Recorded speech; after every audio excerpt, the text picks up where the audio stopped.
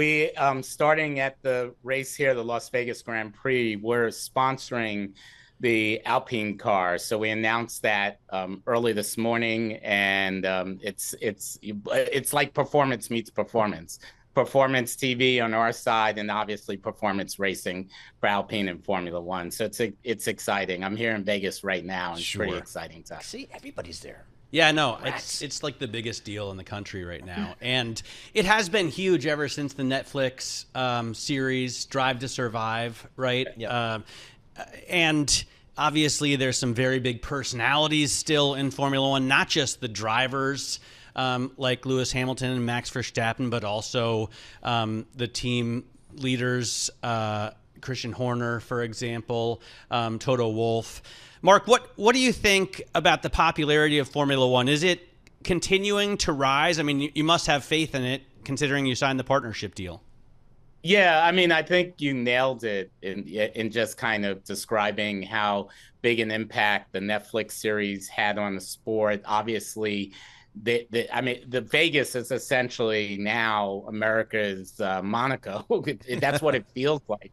I was literally out on the Las Vegas Strip this morning, and until 6 p.m. tonight, I mean, it's an open racetrack. I mean, it's probably the smoothest road in America, and they have all the, everything's up. I mean, you are literally driving down a racetrack to get to a meeting, and so it's pretty exciting to have that here in America, in particular, have it in a city like Las Vegas. The suites here are just like, everything is elevated. It's kind of amazing. It's Vegas, baby.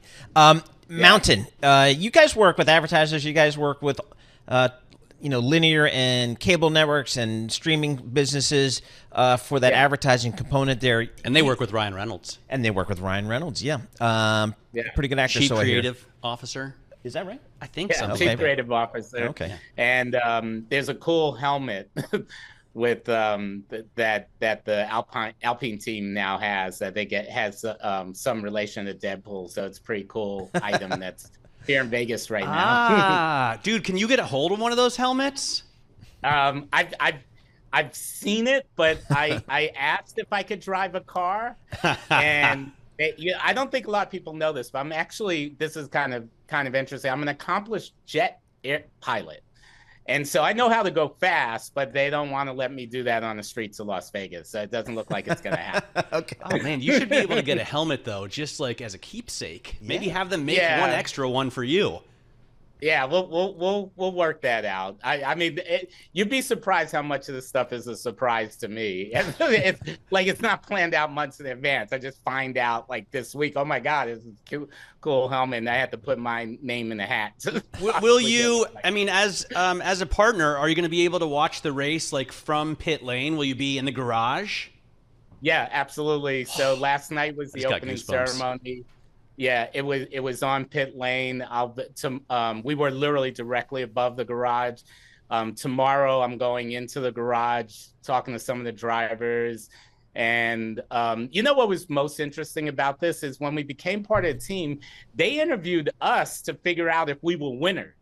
Like they don't just want like sponsorships. They want like a winning culture around the team. And it was interesting to see how much they take seriously like a culture of performance and a culture of winning, and like I didn't expect that. And it's kind of almost an added bonus to have a group of people that are just determined to perform. Like, so that I love that. Mark, when is the main race actually? It is Saturday in the US, which is Sunday in Europe. So normally Formula One races are on a Sunday, and it will still be on Sunday in Europe. But it starts at 10 p.m. at night on Saturday. And the practice tonight, I think, starts at 8:30. And the qualifying, I think, tomorrow night is 1 a.m. Like, This is like, it's not only in Vegas, it's like Vegas lights. And it's and I can see part of the track from my hotel room. And I mean, it looks like a racetrack, but you're like looking out your hotel room. So this is obviously geared for the kind of the global TV market, the European TV market, as opposed to the US TV market at this point. Yeah. I think the two of you have the worst time, because I think the qualifying starts at like 4 a.m. New York time. Exactly. Yeah.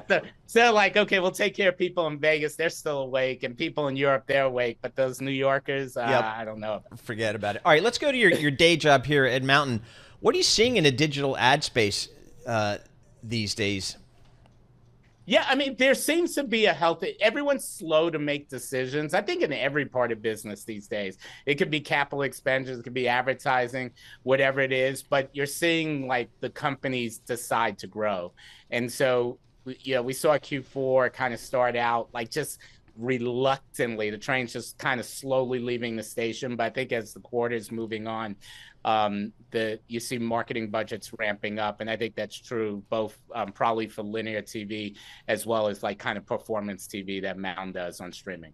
So, I mean, we were just talking to Laura Martin, a media analyst at Needham and Company, and she's covered the media industry for decades, and I know her. Yeah, so she's really just kind of saying, boy, it's tough to see how many of these legacy media companies literally survive. I mean, how do you think this is going to evolve here?